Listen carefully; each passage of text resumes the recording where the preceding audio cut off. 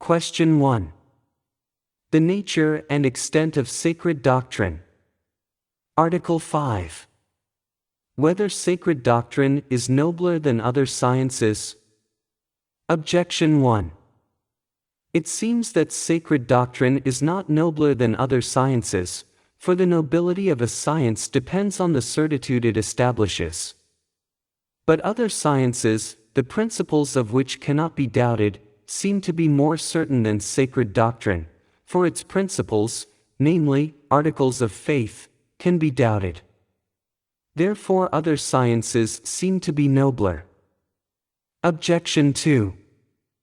Further, it is the sign of a lower science to depend upon a higher, as music depends on arithmetic. But sacred doctrine does in a sense depend upon philosophical sciences, for Jerome observes, in his epistle to Magnus, that the ancient doctors so enriched their books with the ideas and phrases of the philosophers, that thou knowest not what more to admire in them, their profane erudition or their scriptural learning. Therefore sacred doctrine is inferior to other sciences.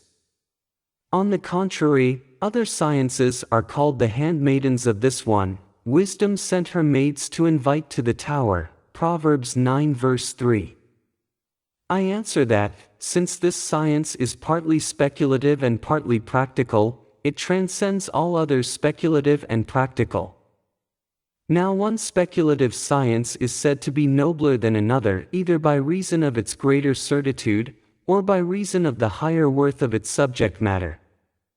In both these respects this science surpasses other speculative sciences, in point of greater certitude, because other sciences derive their certitude from the natural light of human reason, which can err, whereas this derives its certitude from the light of divine knowledge, which cannot be misled. In point of the higher worth of its subject matter, because this science treats chiefly of those things which by their sublimity transcend human reason, while other sciences consider only those things which are within reason's grasp. Of the practical sciences, that one is nobler which is ordained to a further purpose, as political science is nobler than military science, for the good of the army is directed to the good of the state. But the purpose of this science, in so far as it is practical, is eternal bliss, to which as to an ultimate end the purposes of every practical science are directed. Hence it is clear that from every standpoint, it is nobler than other sciences. Reply to Objection 1.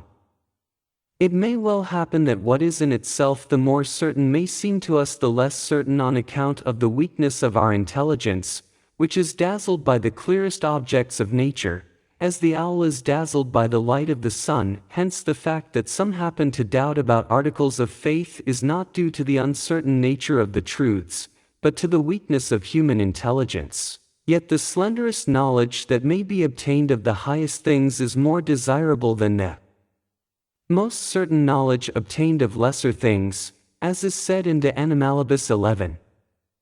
Reply to Objection 2. This science can in a sense depend upon the philosophical sciences, not as though it stood in need of them, but only in order to make its teaching clearer. For it accepts its principles not from other sciences, but immediately from God, by revelation. Therefore it does not depend upon other sciences as upon the higher, but makes use of them as of the lesser, and as handmaidens. Even so the master sciences make use of the sciences that supply their materials, as political of military science. That it thus uses them is not due to its own defect or insufficiency, but to the defect of our intelligence, which is more easily led by what is known through natural reason, from which proceed the other sciences, to that which is above reason, such as are the teachings of this science.